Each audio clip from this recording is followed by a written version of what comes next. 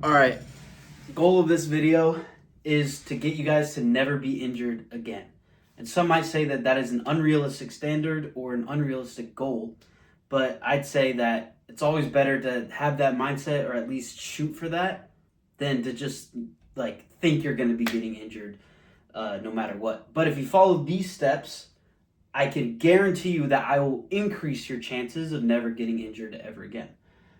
So that's the goal of this video, and to kind of just, help you guys learn a little bit more about injury prevention.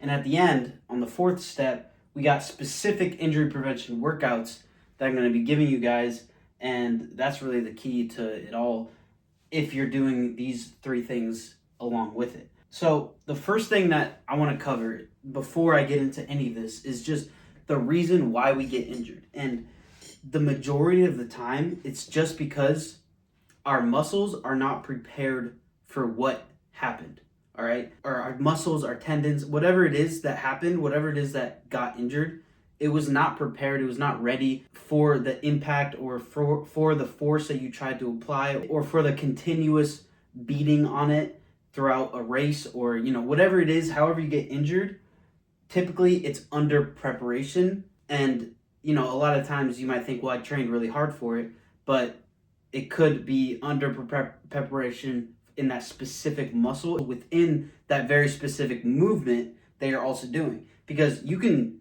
train the hamstrings, for example, extremely heavy all the time and be like, okay, I'm not going to get injured. My hamstrings are super strong.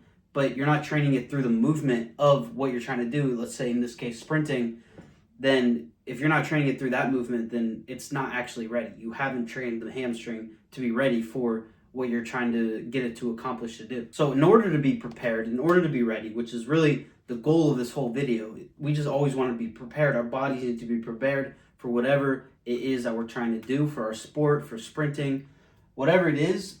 These are the things that we need to be doing. So starting at number one, building a base. All right, I'm going to be covering lifting and plyos. So for building a base, it's super important that you get super comfortable in the weight room. If you are not comfortable in the weight room and you feel like when you do an exercise that there's a possibility of you getting injured from that exercise, that should not be how it is. You should not feel uncomfortable in any lift, especially if it's some sort of compound lift with a barbell. You should not be feeling in a way, mentally or physically, that this exercise might injure me, because that's not what the goal of lifting is. That's not what lifting does. Lifting helps prevent injury. It helps prepare the muscle by putting it under load and strengthening it. And that's how you prevent injury from happening, is, strengthening the muscle. So lifting should not ever feel like something that's going to injure you, because it's designed to help you not get injured. So if you do feel that way, that's because you're not spending enough time in the weight room.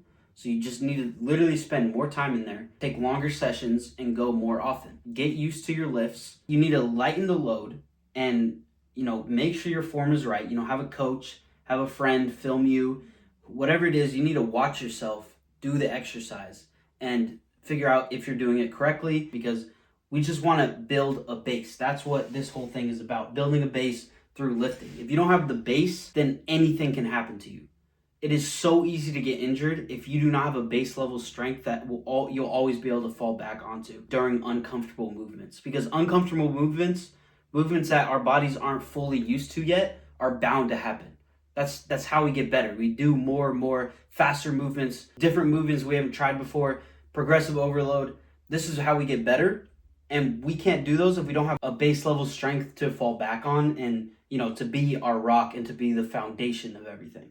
So we need to be building a base, and that also goes with plyos. So if you are not doing a ton of plyos, then you should be doing plyos. I'm going to get more into plyos with the number 3 down here, but you also need to build the base of plyos, because whatever it is that you're trying to prepare yourself for, you need to simulate that through plyometrics. And if you do not, then the adaptation isn't going to be coming, and you're not going to be ready to do that thing that you're trying to get better at, like sprinting. You can't do that unless adaptation happens and you build a base. Another thing about building the base is you need to progressive overload your lifts over time, because that's the key to building strength. And you cannot be powerful. You cannot be fast if you are not strong first.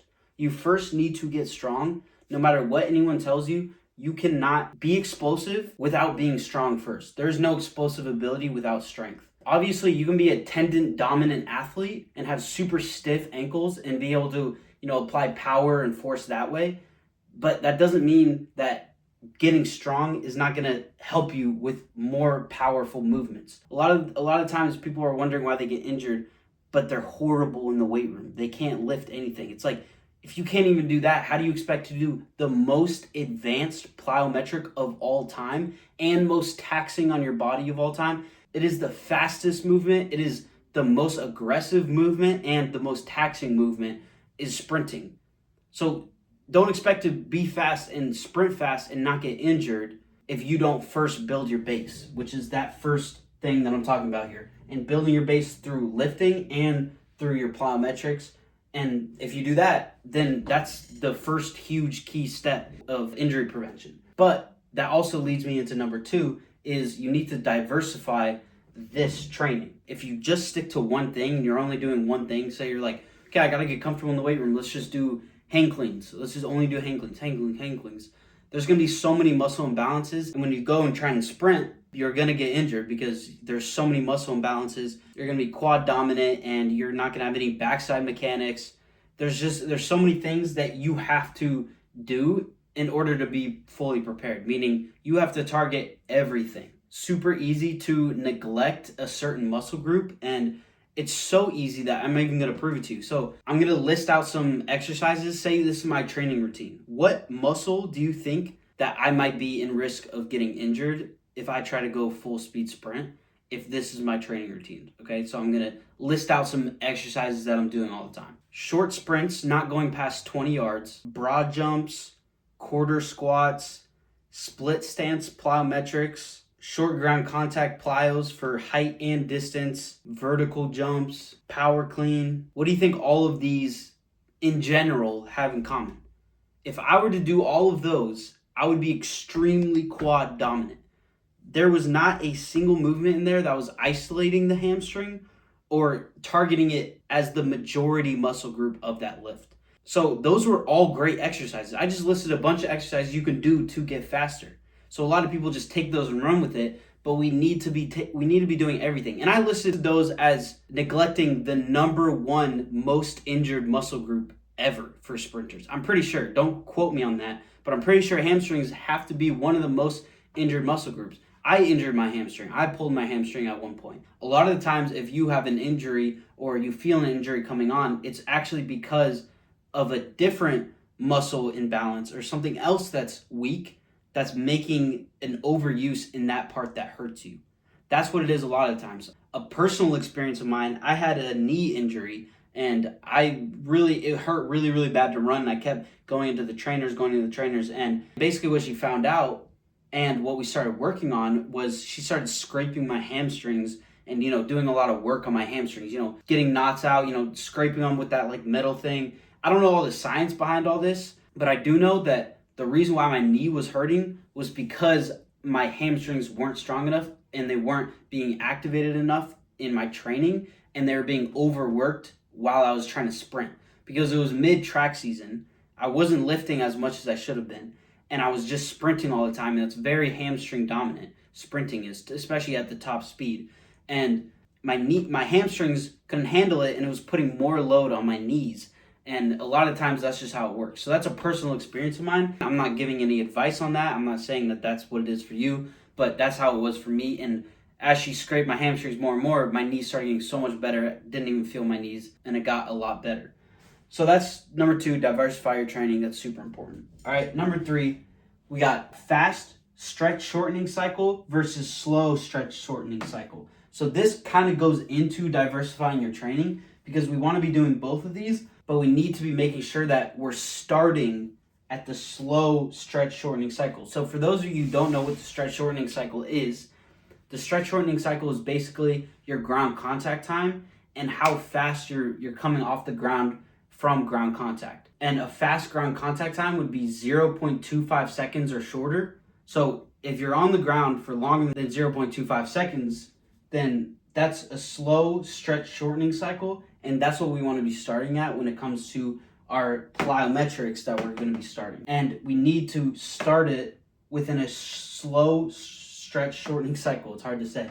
But if we do that, then we're going to decrease our chances of injury a ton from the plyometrics. Like, if you just straight up start going into super advanced plyometrics that are super fast ground contact and have a ton of momentum, that's what makes a plyometric hard. For those of you who don't know, is the more momentum the plyometric has, forward moving momentum, horizontal momentum, that's what makes a plyometric hard. Because as the momentum builds up, your elastic energy builds up. And when your elastic energy builds up, you're doing shorter and shorter ground contacts, and it's making your fast stretch shortening cycle even faster. And it's shortening the ground contact even more as the momentum builds up because of the elastic energy buildup. So those are the most advanced plyometrics. So an example of that would be like, forward bounds, leaping bounds. The greatest example of it is sprinting. That's the most advanced plyometric with the greatest momentum buildup. So what a no momentum buildup would be, and actually zero eccentric help, because that's what really helps a buildup of momentum is eccentric, would be a straight up vertical jump with no eccentric at all. So you're just like, my whiteboard's gonna fall, but if I'm here, I do no eccentric and I just jump. That's it. And then I go back down here. But there's no eccentric and it's just jumping. So if you do something like that, there's zero eccentric, which means the concentric is going to be harder, but it's a super slow stretch shortening cycle. Again, because stretch shortening cycle is related to the ground contact. So that's zero momentum. And then one step forward, one step after that is you can do the eccentric, which is going to make the stretch shortening cycle a little bit faster. But we're used to it now because we just did no momentum. Now we have a little bit of momentum, but it's still a long ground contact plyometric because it's just a vertical jump. Or really any plyometric that isn't continuous, because if it's continuous, then we're going to be building momentum and elastic energy and lower ground contact and then faster stretch shortening cycle. So again, we went no momentum, the slowest stretch shortening cycle, to a little bit momentum, because now we're adding an eccentric, so it creates a little bit faster of a stretch shortening cycle. And then when we're ready to progress from there, we can do short ground contact plyos. And these short ground contact plyos, we don't need to do with momentum yet, because then that's like the most advanced. That's the next step. But we would just want to do just any sort of short ground contact plyo that you can think of, which is the majority of plyometrics. Probably the first plyometric that pops in your head is probably a short ground contact plyometric going for height, like a pogo bounce. That's a short ground contact plyo. And then the final step of the plyometric phase is the short ground contact with full momentum buildup plyometric. And that is, the ultimate one of that is sprinting. But like I said, single leg bounds, moving forward, skips for distance, triple broad jump. These kind of things are advanced plyos that you do need to do. You can't sprint until you go through all of those stretch shortening cycle phases, because if you can't do a triple broad jump safely, fully safely, just because you can do it doesn't mean you're doing it safely. You need to be able to do it safely, and then you'll be able to sprint, because sprinting is such a more advanced plyometric than just a triple broad jump. It's so advanced, and you need to be prepared for that if you want to actually do it safely, sprint safely. So like I said, go through every stretch shortening cycle, starting from no momentum with zero eccentric, moving into add the eccentric, give it a little bit of momentum, but keep it a long ground contact time, and then moving into a short ground contact with limited momentum, and then move into a short ground contact with as much momentum as possible. And then from there, when you've completed all four of those short stretching cycle plyometrics, then you will be ready for sprinting. And even with sprinting, you should build up into it before just trying to sprint at your top speed immediately. But if you do this, this is going to prepare you to not get injured. Again, building a base. We're building a base to then sprint. Because again, if we can't even handle a triple broad jump, then how are we supposed to handle something that's 10 times more advanced than a triple broad jump, and 10 times more taxing on the body, 10 times faster, requires 10 times more coordination, requires 10 times more muscle recruitment, and is 10 times of a faster stretch shortening cycle than a triple broad jump. But a lot of you guys aren't even doing triple broad jumps safely. So go through the different stretch shortening cycles of plyometrics to then lead up into sprinting, which is the ultimate plyometric. That was my goal of that tangent on the stretch shortening cycle. Okay, number 4, the one everyone's been waiting for, specific injury prevention workouts. I'm going to start from the toe up. I don't have stuff for up here, but shoulders is like the end of it. So for the feet, the toes and the foot is where everything starts. The first thing that touches the ground when you're sprinting is the foot. If you neglect the foot, don't expect serious speed gains and to possibly not get injured. I'm not saying your foot's going to get injured, but remember what I said earlier, that if a muscle is neglected, it's going to find something else to put the strain on. So do not neglect the feet. So the exercise for the feet is towel toe crunches. So you're going to want to just take the towel with your feet, bare feet, no socks, and crunch it towards you, okay? This is going to be increasing the arch in your foot, which actually has been linked to stiffer ankles, and basically any super advanced athlete that you can think of that's like super high level, all of them have a good arch in their foot. The flat feet, like people even say, don't have flat feet. They don't just mean on the football field, like not being prepared. They literally mean don't have flat feet. It's harder to have stiff ankles and to have a springy foot that's flat, all right? The arch is what creates the elastic ability and the elastic power. Obviously, the Achilles, the soleus does that, but it really helps to have that foot strengthened because that is the first thing that touches the ground and absorbs all the force that you're also pushing off of.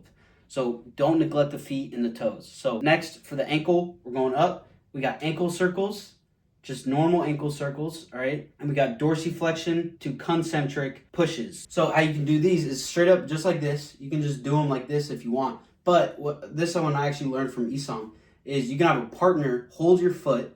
They do these during warm-ups. You can have a partner hold your foot and resist your dorsiflexion, and then they put their hands on the other side and they resist your plantar flexion, okay? And then they would just keep switching and you would just keep doing this, and it'd be resistance from their hands. And that's a good way to do it. And what that does is that's one, strengthening the tibialis, which is above the ankle, it's your shin.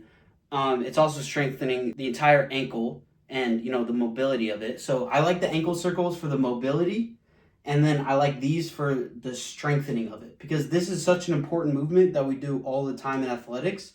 All right, everyone thinks that it's only this.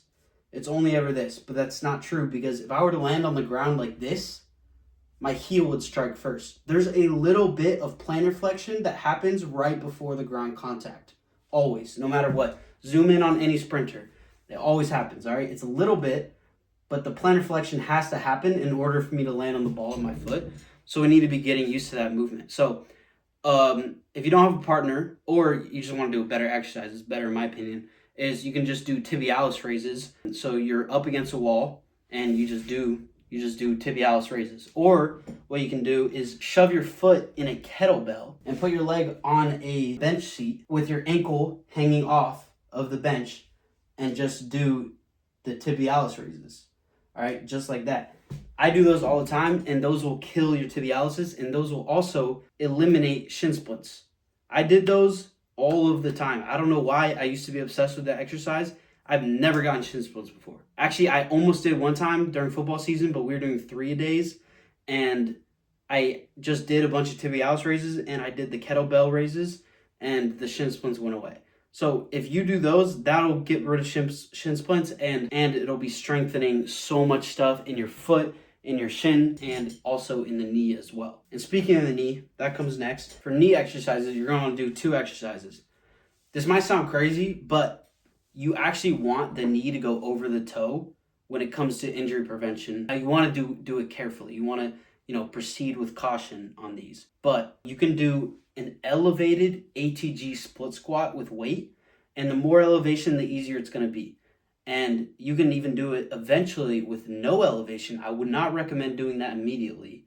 That's a big knee over the toe gap. And then the other exercise is going to be pulling a sled backwards. So you're just going to be walking backwards, all right? But try to make sure that your feet aren't out in front of you too much, but they land under you, almost even behind you, to get that knee over the toe. Again, knee over the toe. But with these ones, it's a little bit safer. So I'd actually start with the walking backwards sled before you do the ATG split squat, because this is just it's a movement everyone can do. It's safe. Only thing that's going to be happening from this is benefits. That's the only thing. And it's going to help your knees a lot. It's going to strengthen your knees, and it's going to be strengthening your feet and your toes, because that's, again, the first thing that's touching the ground. And then you're driving off that big toe. All right. Every time you touch the ground on the backward sled pulls, which are just walking, by the way, don't run. Push off your toe. But yeah, that's the key thing to that exercise. What's next? Quad. I feel like people don't really get quad injuries that much. All right, hip flexor. Good exercises for the hip flexor. We really want to be strengthening this. Obviously, we need to be stretching it, and we can strengthen it through lengthening it as well, along with the hamstrings. But with the hip flexor, we can do laying reverse squats to put our hip flexors under load and actually even progressive overload them, and just get really strong through that hip flexor movement. We can also do monkey foot lifts, where you just put that dumbbell in that monkey foot. Obviously, you would have to have this equipment for it, and just lift up your leg continuously, and that's going to be strengthening the hip flexor a ton. And then for the muscle that a ton of people get injured is the hamstrings. Probably the best one for this is going to be the eccentric Nordic, but it's another one that you're really going to have to take precaution and make sure that it's not too much for you. So only do the eccentric. So just go down, fight the eccentric for as long as you can, and then use your hands, catch yourself, push yourself back up. And before you even do Nordics, if you're feeling like my hamstrings are super weak, I definitely wouldn't be able to do that, then just do laying hamstring curls on a machine. If you don't have access to those, then do yoga ball hamstring curls. Just anything that's going to be starting to strengthen up the hamstrings to get you to the point where you can do an eccentric Nordic. All right, if you can do an eccentric Nordic, that's great. That's where we want to be getting to. If you can do like 5 eccentric Nordics, even better. But we want to be keeping our hips forward on the Nordics. That's super important. All right, and then working up even more. All right, shoulders are a big one. So you're going to want to do 3-way 360 rotator cuff type of thing. So what you can do is you can lay on the ground and you can do these swimmer exercises where your arms come up and your traps and rear delt and upper back are being activated, and your entire rotator cuff and your shoulders, and you're just going to reach forward and come back. And you can even go all the way back just like that, but your face on the ground, stomach on the ground, and you're just not letting your arms touch the ground. And then the other ones you could do is with a band. So you could tie a band here, grab the band, and do pull-outs like this, just like that, keeping your elbow in, right? And then other side like this. I do those a lot for my shoulder. That's going to help with the rotator cuff and the shoulder. And then the other ones are going to be band tied to the same spot. You're here, and you pull it like this, just like that, holding the band. All right, this is going to be helping your rotator cuff, and you should be doing these as a warm-up before you bench, before you do your upper body exercises. You should always be doing these. And then the last one is the face pull, is you grab it with both hands, and you just pull it like this. So you want to be having your arms as far apart as you can get it with the band, like just like that. And you want to keep your elbows up.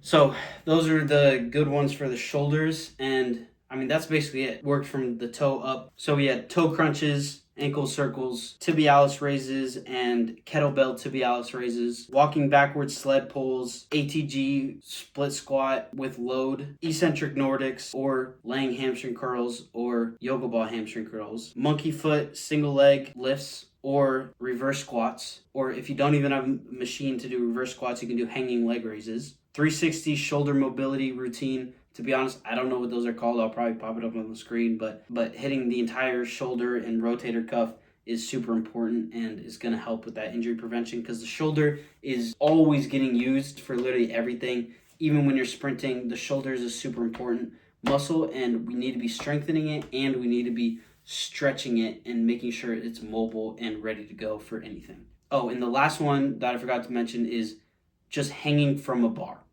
That's going to help with your grip strength. That's going to decompress your spine, even lengthen your spine, And it's going to be strengthening your shoulders and helping the mobility in your shoulders to just hang from a bar. There's so many benefits from just hanging from a bar for as long as you can. All right, it's going to help your back so much. A lot of times your back will crack when you do it. I put my arms up here and I just push my head down forward and my entire back cracks. So that's a super good one that I added in there. But that was 10 specific injury prevention workouts that you guys can do from the toe up that will help you so much with injury prevention. And again, like I said in the beginning of the video, the goal was to help you never get injured again. And if you have that mindset and you believe that you're not going to get injured and you actually take the steps here, you build a base, you get super strong through lifting and plyometrics, you diversify your training, you train every muscle group, you don't try to do super complex plyometrics right away, like sprinting, because sprinting is a plyometric, but you first start with long ground contact, slow stretch shortening cycle plyometrics, and work your way up into fast stretch shortening cycle plyometrics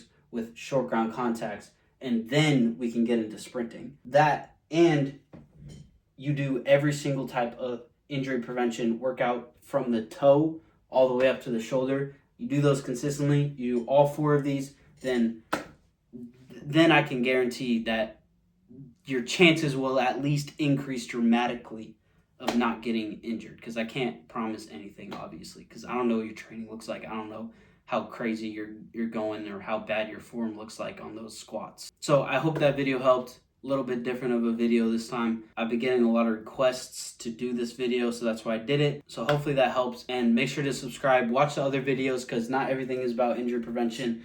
You guys got to get faster. So if you want to get fast, watch the other videos in this YouTube channel. Thank you guys, and I'll see y'all in the next one.